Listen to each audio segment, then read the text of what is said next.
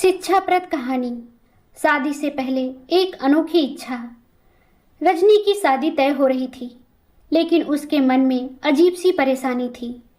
वह विनय को तो अच्छी तरह से जानती थी, पर अपने होने वाले सास ससुर के व्यवहार से अनजान थी। विनय अपने मम्मी पापा के बारे में हमेशा अच्छी बातें ही करता था, लेकिन रजनी शादी से पहले उनसे मिलना चाहती थी। रजनी के मम्मी पापा ने विनय के मम्मी पापा को सपरिवार एक शाम को घर बुलाया।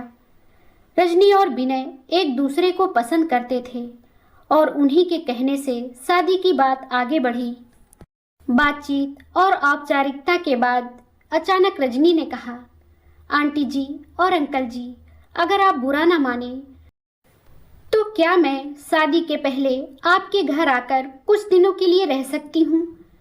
विनय और मैं वहीं से ऑफिस निकल जाएंगे और मैं आपके गेस्ट रूम में रह लूंगी। रजनी की इस अटपटी बात को सुनकर विनय के मम्मी पापा समेत उसके अपने मम्मी पापा भी हैरान रह गए। रजनी की मम्मी उसका हाथ पकड़कर एक तरफ ले गईं।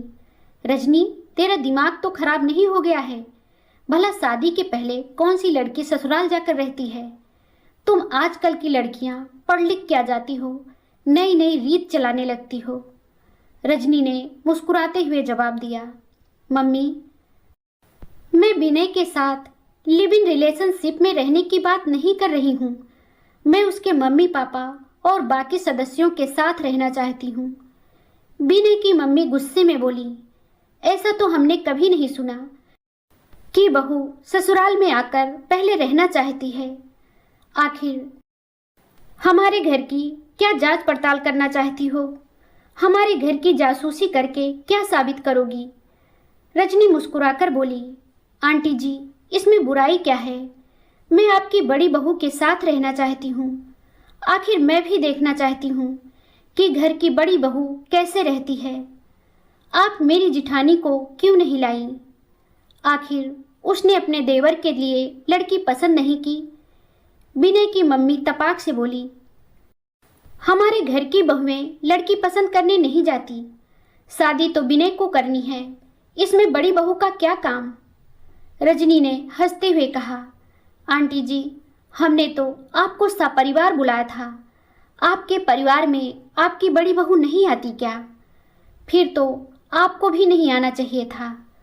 आप भी उस घर की बहू हैं। यह सुनते ही विनय की मम्मी आग बबूला हो गई। ये कैसी लड़की से तू शादी कर रहा है विनय? ये तो इतनी मुंहफट है। तुम तो कह रहे थे कि ये तो तेरी भाभी से भी सीधी है। ये नौकरी छोड़ देगी और घर का अच्छे से ख्याल रखेगी। ये तो अभी से जुबान से आग उगल रही है। यह सुनकर रजनी के पैरों तले जमीन खिसक गई। विनय, मैंने ऐसा कुछ नहीं कहा था। तुम तो मुझे 2 साल से जानते हो। मैं तुम्हारे साथ ही ऑफिस में काम करती हूँ। इतनी अच्छी नौकरी मैं छोड़ दूंगी, ये तुमने सोचा भी कैसे? विनय, तुम मेरे भाग्य विधाता नहीं हो। मैंने अपना भाग्य खुद बनाया है और मैं इसे तुम्हारे या तुम्हारे घर वालों के कहने पर नहीं छोड़ सकती। मैं शादी के पहले इसलिए तुम्हारे घर आकर रहना चाहती थी, ताकि यह जान सकूं कि वहाँ बहुओं की क्या स्थिति है। अच्छा हुआ मैंने यह कदम उठाया। इससे तुम सबकी असलियत मेरे सामने आ गई। जब तुम्हारी भाभी साथ में नहीं आई तो मुझे समझ में आ गया कि तुम्हारे घर में बहुओं की क्या स्थिति है। मैं अपना जीवन साथी चुनना चाहती थी, लेकिन अब मैंने अपना निर्णय बदल लिया है।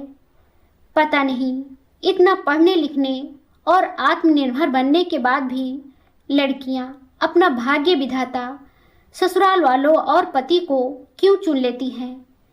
पर मैं उनमें से नहीं हूँ। मैं अपना जीवन अपनी शर्तों पर जीऊंगी।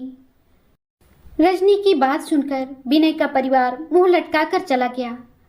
दोस्तों, रजनी ने उस दिन सिर्फ एक रिश्ता नहीं तोड़ा, उसने हर उस सोच को तोड़ा जो लड़की की खामोशी को उसकी मर्यादा समझती है। कभी भी ऐसा घर मत चुनो जहां बहू की पहचान सिर्फ किसी की पत्नी होकर रह जाए। सम्मान से बढ़कर कोई रिश्ता नहीं होता। रिश्ता वही निभाने लायक है जिनमें इज्जत और बराबरी हो। सिर्फ नाम का साथ नहीं, दिल से अपनापन चाहिए। जीवन साथी वही सही है जो तुम्हारे सपनों को समझे, ना कि उन्हें छोड़ने की शर्त रखे। प्यार वही सच्चा है जो तुम्हें अपने से बेहतर बनने दे, तोड़े नहीं। खुद की कीमत जानना कोई गुनाह नहीं, ये आत्मसम्मान की पहली सीढ़ी है। दोस्तों, यह कहानी आपको कैसी लगी हमें कमेंट करके ज़रूर बताएं। अगर आपको ये कहानी पसंद आई हो तो लाइक ज़रूर करें, शेयर करें और चैनल को सब्सक्राइब करना ना भूलें।